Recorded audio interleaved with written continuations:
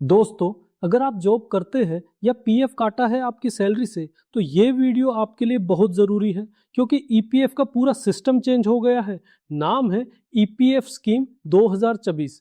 आज हम इससे पॉइंट बाय पॉइंट समझेंगे, ओल्ड वर्सेस न्यू, ताकि आपको एग्जैक्टली पता हो कि आपके पैसे का क्या होगा।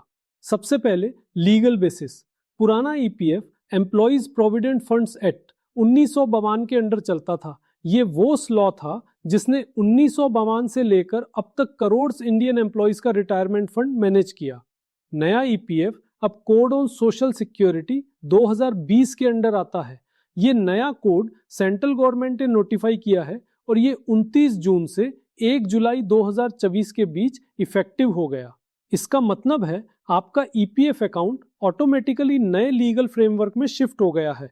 आपको खुद कुछ नहीं करना, ट्रांजिशन ऑटोमेटिक है। अब बात करते हैं कंट्रीब्यूशन रेट की। ये सबसे इंपॉर्टेंट पार्ट है।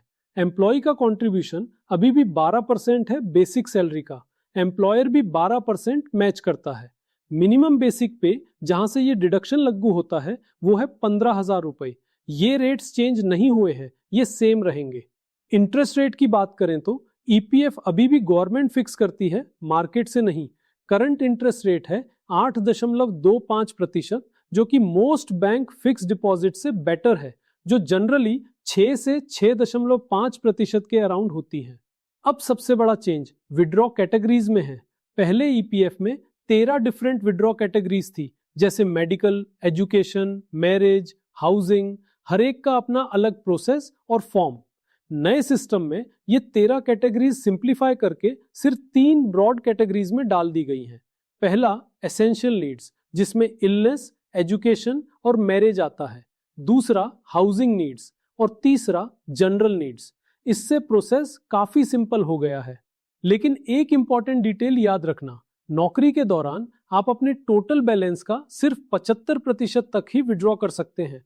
बाकी 25% लॉक्ड रहता है जब तक आप रिटायर नहीं करते या डिसेबिलिटी, रिट्रेंचमेंट या कंट्री से परमानेंटली मूव ना हो जाए। अब एक बड़ी चेंज जो डायरेक्टली आपको अफेक्ट करती है वो है ईपीएस पेंशन विड्रॉ का वेटिंग पीरियड। पहले जॉब छोड़ने के सिर्फ 2 महीने बाद आप अपना ईपीएस पेंशन बेनिफिट विड्रॉ कर सकते थे। नए रूल में ये वेटिंग पीरियड बढ़कर 36 महीने हो गया है, यानी जॉब छोड़ने के पूरे 3 साल बाद ही आप ये बेनिफिट निकाल सकते हैं। ये चेंज स्पेशली उन लोगों के लिए इंपॉर्टेंट है जो जॉब स्विच कर रहे हैं या अनएम्प्लॉयमेंट फेस कर रहे हैं। डिजिटल साइड पे भी काफी चेंजेस आए हैं। एग्जम्प्टेड प्राइवेट पीएफ ट्रस्ट के लिए अब स्ट्रिक्टर ऑडिट्स मैंडेटरी है। साथ ही मैंडेटरी डीमेटेरियलाइजेशन और डिजिटल डिस्क्लोजर्स भी लागू हो गए हैं। एम्प्लॉयर्स के लिए भी नए केवाईसी कंप्लायंस स्टैंडर्ड्स सेट किए गए हैं। इसका प्रैक्टिकल बेनिफिट ये है कि क्लेम्स प्रोसेस फास्टर होना चाहिए और डॉक्यूमेंटेशन के लॉस्ट होने के चांसेस कम हो जाएंगे। लॉन्ग टर्म में ये एम्प्लॉयज के लिए कन्वीनियंट होगा। अब जो चीजें सेम रही हैं उन्हें भी क्लियरली समझ लेते हैं।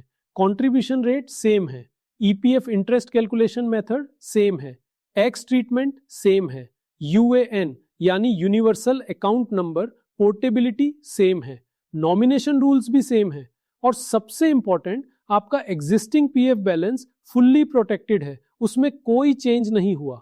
तो ओवरऑल ईपीएफ स्कीम 2026 का सबसे बड़ा इंपैक्ट है विड्रॉ कैटेगरीज का सिंप्लीफिकेशन और डिजिटल कंप्लायंस का स्ट्रेंथन होना। लेकिन सबसे ज्यादा ध्यान देने वाली बात है ईपीएस पेंशन विड्रॉ का नया 36 महीने वेटिंग पीरियड, जो डायरेक्टली उन लोगों को अफेक्ट करेगा जो जॉब चेंज कर रहे हैं। अगर आप रिसेंटली जॉब स्विच कर रहे हैं या पीएफ विड्रॉ करने का सोच रहे हैं तो इन नए रूल्स को ध्यान से समझना जरूरी है, ताकि आप अपना क्लेम सही टाइम पे और सही तरीके से फाइल कर सकें। अगर ये वीडियो हेल्पफुल लगा तो इससे शेयर करें उन लोगों के साथ जो जॉब चेंज कर रहे हैं या जिनका पीएफ अकाउंट है। कमेंट्स में बताइए अगर आपको कोई स्पेसिफिक पॉइंट पे और डिटेल चाहिए। मिलते हैं अगली वीडियो में।